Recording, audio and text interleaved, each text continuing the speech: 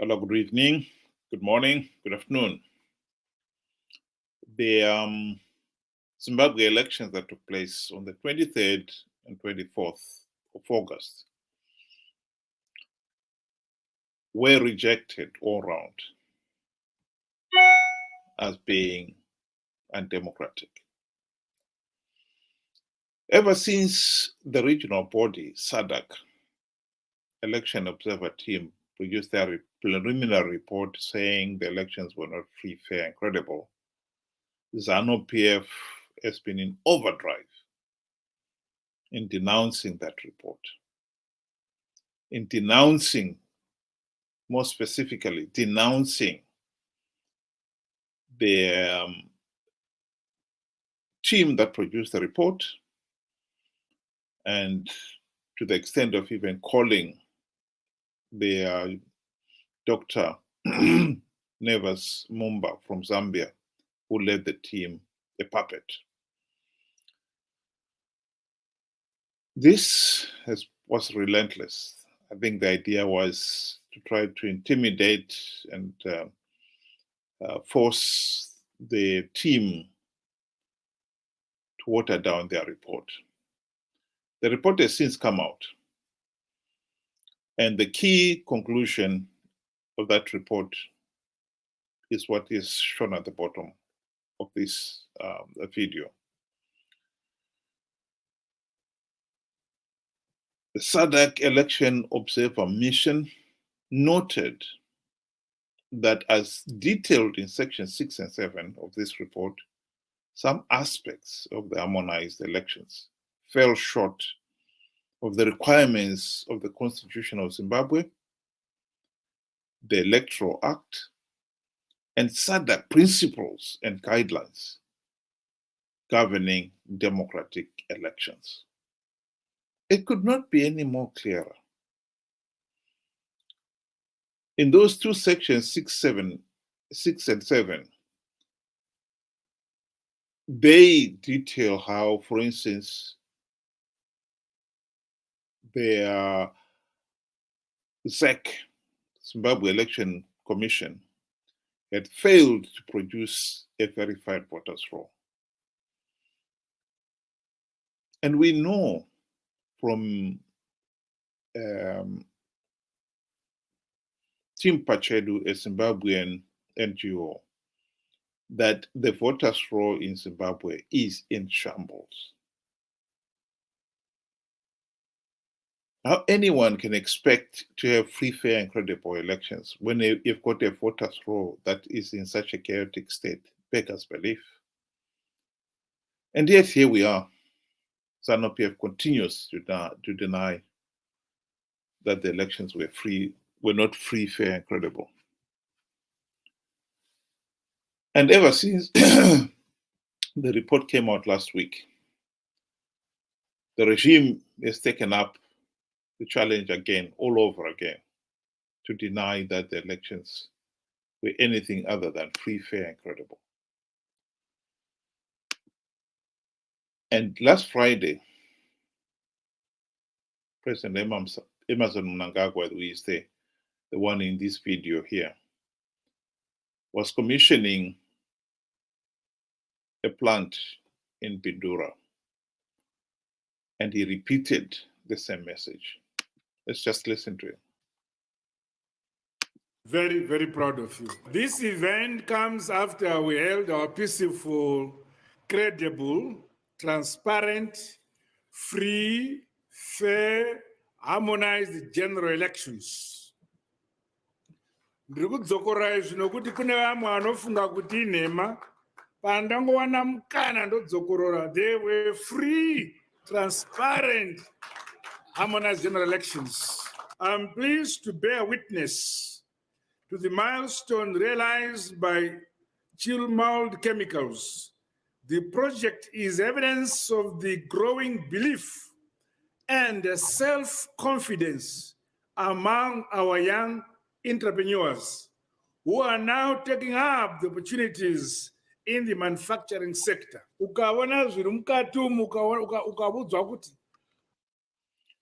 We can stop there. The truth of the matter is, these elections were not free, fair, and credible.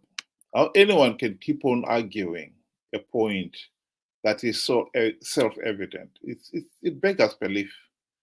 But it underlines the problem that the people of Zimbabwe have. If SADC is having a problem getting Zanu PF to acknowledge that the elections were not free, fair, and credible, what more the ordinary person? Ironically, Mnangagwa himself was in Victoria Falls last week, and he was giving a speech to a conference of chief executive officers there. And this is what he said to them. I am frightened that I'm meeting CEOs, people who have succeeded in life and are at the top, Mnangagwa told his audience. But of course, without elections, which is good because elections you rig. I doubt whether there was any rigging with CEOs. It's on merit. He's acknowledging there that the elections, you can rig them. And let's face it, Zanu PF has managed to retain power these last 43 years, not because the people of Zimbabwe were happy with the regime, but because they rigged the elections. And Mnangagwa himself was at the heart of it. In 2008, it is said that Mugabe had acknowledged losing those elections. But Mnangagwa phoned Mugabe and told him, stay where you are and prepare to make your cabinet. And then he phoned the SEC officials to stop them announcing the results. And what followed was 6 weeks of recounting. And there were only about 5 million votes. Why they took 6 weeks? Because belief. Of course, we know why. They were changing them. By Mugabe's own admission, Morgan Tsvangirai had garnered 73% of the votes. But by the time, at the end of the 6 weeks, when the results of the presidential race was finally announced, Morgan Tsvangirai's lead had been whittled down to 47%. That is important because to avoid a runoff, a candidate must win 50% of the cast votes plus one or more. And so Morgan Tsvangirai was told, oh, you didn't get the 51% plus one, so we'll have a runoff. And during the runoff, the Zanu PF subjected the people of Zimbabwe to some of the worst election-related violence that the country has ever seen in its history. They called it Operation Mavoterapapi.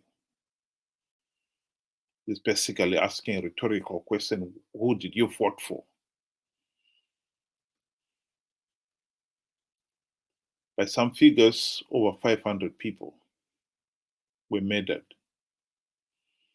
during that runoff. Before the votes were counted, Morgan Tsvangirai threw in the towel because he could not even campaign. The level of violence had reached up with gone into overdrive. Mugabe won with the one-man race with 84% of the vote. And he went on to swear, take his oath of office, swear his cabinet, members of parliament, etc., etc. And SADC and the AU, just as they've done this year, said no, those elections were not democratic. And this time, Mugabe did not argue about it. There were some negotiations that followed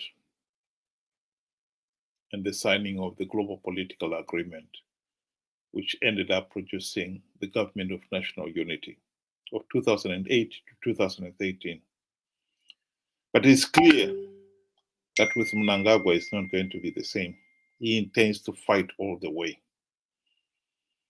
What he's saying here is, I'll keep on repeating that point, that the elections were free, fair, and credible, in total disregard of what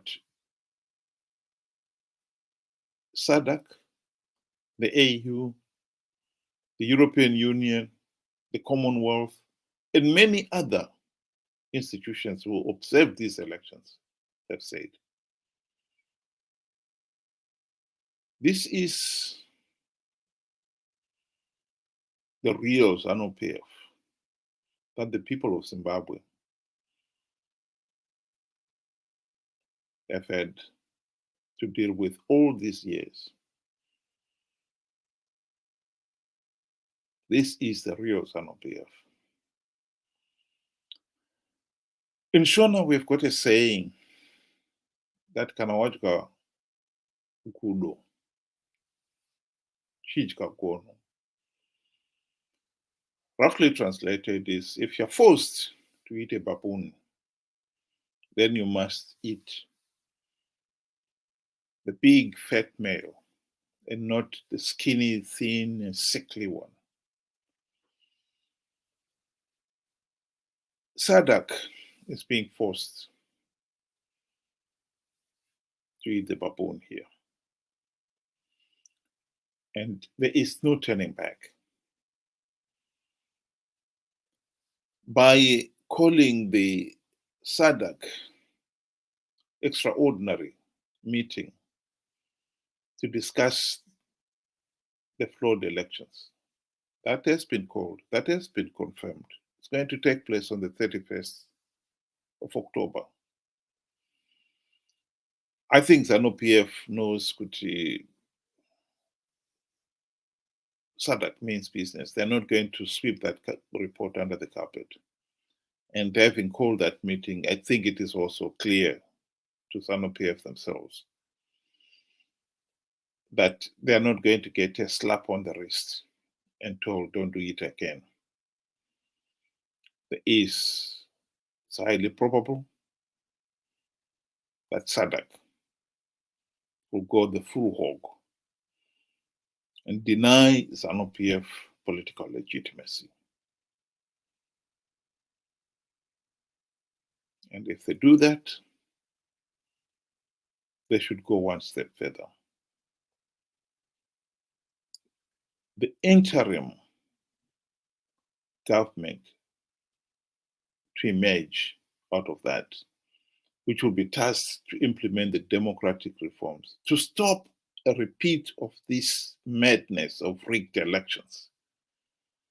Zanu PF cannot be in it.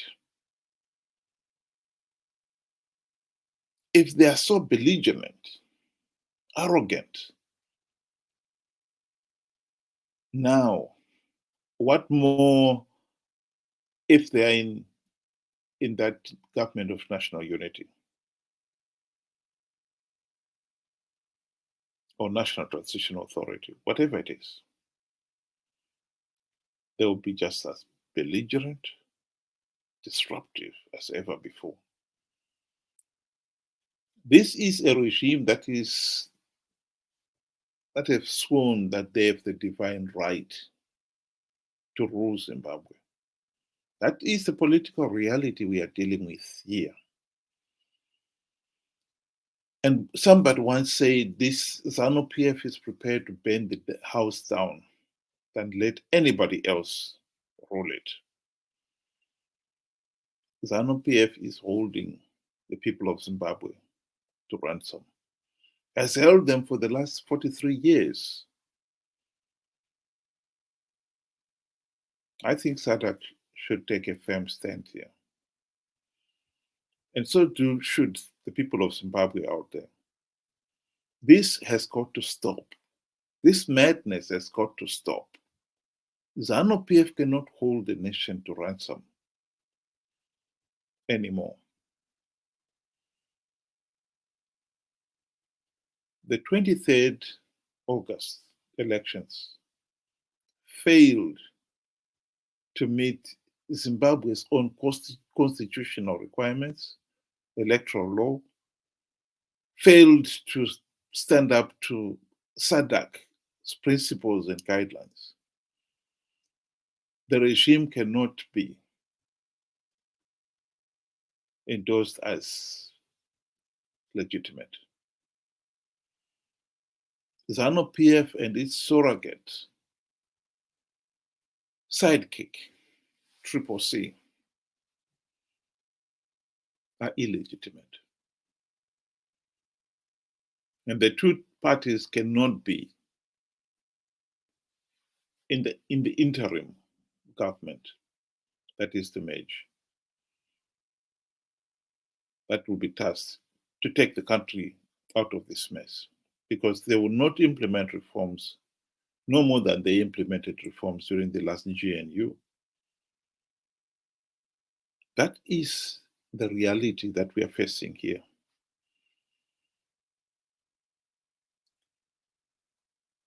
Mnangagwa himself is fighting from the front.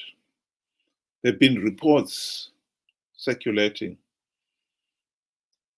that between now and the 31st of October, Zanu PF has been organizing rallies where people are told to attend rallies as a thank you for voting for Zanu PF, even if the party lost. And when they turn up, they're asked to sign petition where the petition is declaring that the elections were free, fair, and credible. And Zanu PF did nothing wrong. These petitions are meant to be presented at the extraordinary SADC meeting on the 31st of October. I hope SADC is not going to be intimidated by any of these antics, but to stand firm and told Zanu PF those elections were flawed and illegal, and that the regime does not have legitimacy. And go one step further and say in no uncertain terms that the regime cannot be in the interim administration, which will be tasked to implement the democratic reforms and end this madness of rigged elections. Because it failed to implement reforms when they were given the chance last time. And given this level of belligerence, there is no way Zanu PF's presence in that interim arrangement could be in any way considered to be productive. They will be there to throw spanner in the works. The people of Zimbabwe cannot be held to ransom by Zanu PF. This is the message that must be said, and said emphatically. The elections were not free, fair, and credible. Zanu PF can say whatever it likes. And by repeating at a presidential level only goes to show how belligerent this regime is. SADC must not allow Zanu PF to hold the people of Zimbabwe to ransom anymore. That is the number one message that I would like to leave. The next 3 weeks, 2 weeks rather, will no doubt see a lot more activities by Zanu PF. It is not beyond Zanu PF to try to do something to make the country ungovernable.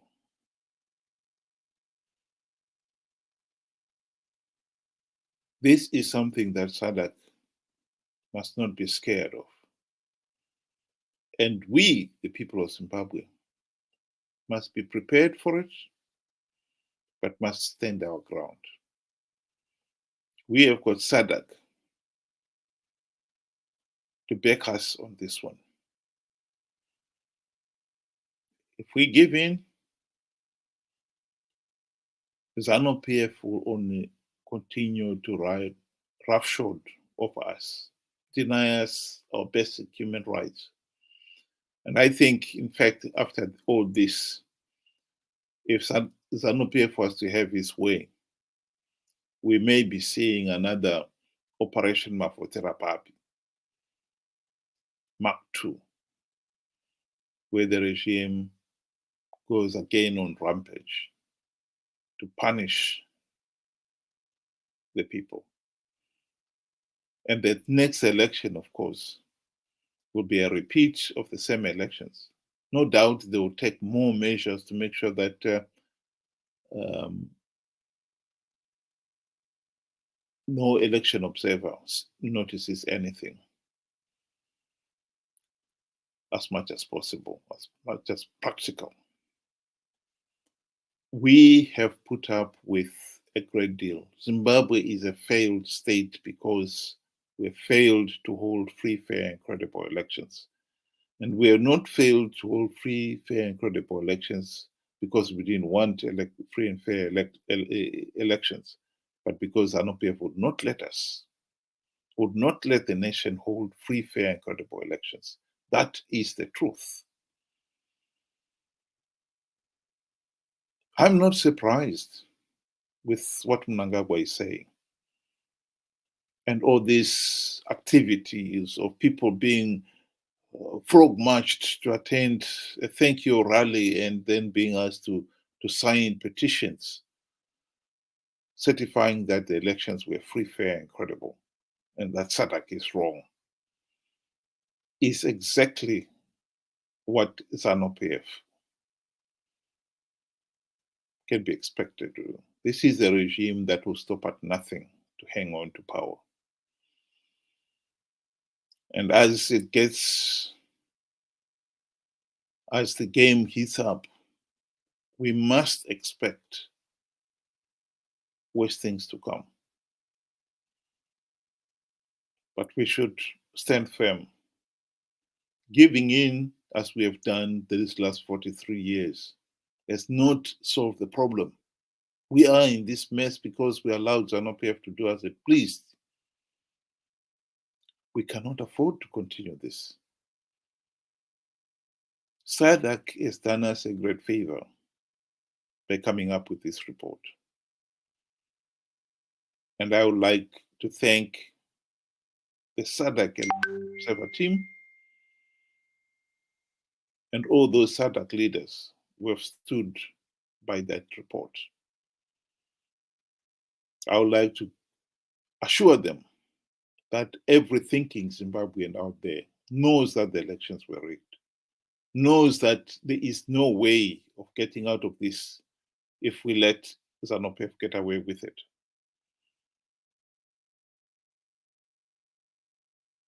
If there was ever a time for Zimbabweans to stand up and be counted, this is that time. And I think we should stand up and be counted. We should not give in. The elections were rigged.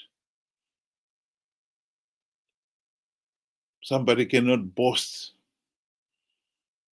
that they rig elections and expect to keep on getting away with it. Enough is enough. SADC should not be frightened. We should not be frightened. We should wait for the SADC summit on the 31st of October.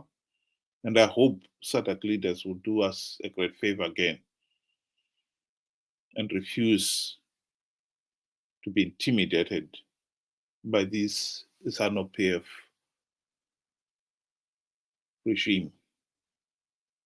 The regime is illegitimate. Their sidekick, Triple C, they too are illegitimate. They participated in these elections knowing fully well that the process is flawed. They didn't mind that as long as they got their share of the gravy train seats. Enough is enough. The threats will come, the belligerence will come, but we must stand firm and say no. With that, thank you very much for listening, and good night.